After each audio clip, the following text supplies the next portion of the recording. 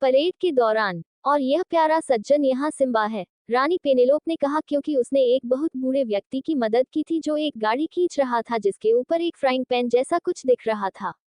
वह अपनी गाड़ी पर होगा। उसने मुड़कर सिम्बा से फुसफुसाया, क्या तुम्हें इस साल अपनी रेत याद है? बूढ़े आदमी ने रेत का एक छोटा सा थैला उठाया और आंख मारी। वह अपनी रेत के साथ अपनी गाड़ी पर होगा। और इसी तरह ये चलता रहा। रानी पेनेलोप ने परिचय दिया और लिली मुस्कुराई, पूरी भीड़ के बीच से।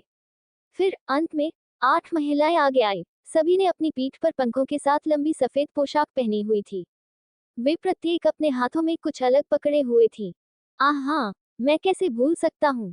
ये मेरी खूबसूरत एवे मारिया महिलाएं हैं। वे सभी दुनिया में किसी न किसी सुंदरता का प्रतिनिधित्व करती हैं। उदाहरण के लिए, रेना डे लास एस्ट्रेलास सितारों की रानी है, जो रात के आसमान में चमकने वाली सुंदरता का प्रतिनिधित्व करती है। ये महिलाएं ही इस उत्सव का असली आकर्षण हैं। बेशक, मेरे अलावा। लिली सभी से बहुत प्रभावित थी, लेकिन जब उसने अपनी घड़ी देखी तो उसे अचानक एहसास हुआ कि वह वाकई मुश्किल में है। वह रानी पेनेलोप की ओर मुड़ी। मुझे सच में खेद है, लेकिन मुझे जाना होगा। मेरी माँ सोच रही होगी कि मैं कहाँ हूँ। मैं सुबह उत्सव में मदद करने के लिए वापस आ जाऊंगी, आप इस पर भरोसा कर सकते हैं।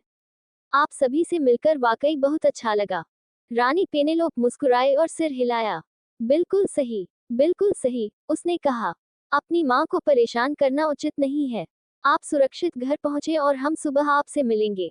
लिली ने भीड़ की ओर हाथ हिलाया और एक सुंदर दिन के लिए रानी पेनेलोप को धन्यवाद दिया। फिर वह मुड़ी और जितनी जल्दी हो सके घर भागी, पेड़ों के बीच से होते हुए और जाने पहचाने ग्रे पार्क में जहां अभी भी बारिश हो रही थी। वह पार्क से बाहर निकली और सड़क के किनारे और अपने बगीचे के रास्ते से होते हुए सीधे अपने घर के सामने के दरवाजे से जितनी जल्दी हो सके भागी। और तुम कहाँ थी? लिली के रसोई में सांस फूलते ही उसकी माँ ने पूछा। हम बहुत चिंतित थे। मुझे बहुत खेद है, माँ। मैं समय का ध्यान नहीं रख पाई। ये बहुत ही अजीब दिन रहा। लिली की माँ चिंतित दिख रही थी और उसने अपनी बेटी के बालों को सहलाया।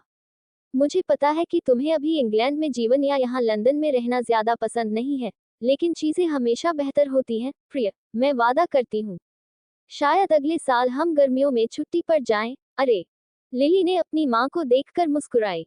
मुझे नहीं पता, उसने कहा। मैंने आज फैसला किया कि इंग्लैंड इतना भी बुरा नहीं है। यहाँ दुनिया भर से बहुत सारे लोग हैं, यहाँ तक कि फिलीपींस जैसे दूर दराज के इलाकों से भी। और कौन जानता है, शायद मुझे बारिश भी अच्छी लगने लगे। दोस्तों, उम्मीद करता हूँ आपको हमारी कहानी पसंद आई होगी।